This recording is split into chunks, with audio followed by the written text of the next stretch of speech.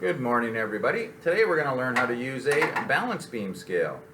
We use balance beam scales to obviously take our clients' weight. They work by counterbalancing our client's weight with two different incremental weights that we are showing you here. There's a bottom weight that is going to go up in increments of 50 pounds, and there's an upper lower counterweight that is going to go up 2 pounds at a time. Now the lower weight, the bigger weight, goes up in 50 increments at a time. There are notches here for the weight to sit in nicely so you can't make a mistake. You would simply move the weight from the left over to the right, one notch at a time, until this black arrow here is in the upper position. If this black arrow is in the upper position, you know that the bottom weight has gone a little bit too far. So you would move it back one notch, which would send the black arrow here to the bottom of this bar scale. And of course the idea is to get to balance in between the top and upper bar.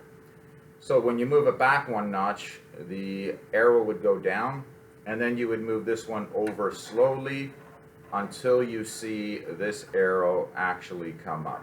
Okay, so if I take an example, so let's say your client is 160 pounds. Mr. Jones would stand on the scale, you would move this over, and you might start at 150 if you already have a relative guess of what his weight might be. So I moved it over to the notch here that says 150 pounds. If he weighs 160 pounds, it's still going to be in up against the upper bar. So I would move it over one more notch to 200 pounds. The bar would go down.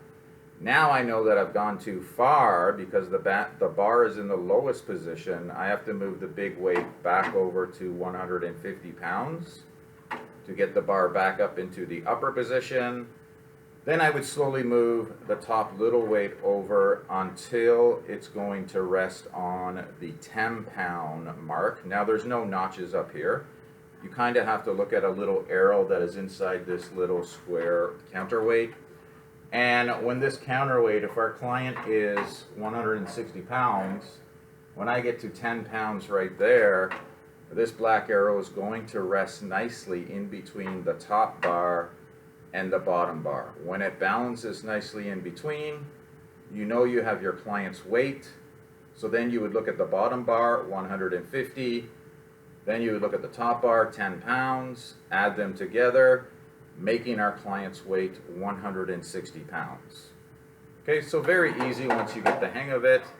Taking our client's weight is very important. The nurse and healthcare team are going to want to know if their weight is fluctuating by too much, usually 5 pounds too much or 5 pounds that they lost. They're going to kind of do an assessment, see if anything's going on, or check their dietary requirements and make necessary adjustments. Hope that was helpful. Remember to like, share, and subscribe, and I'll see you next time on JoJo the Caregiver Show.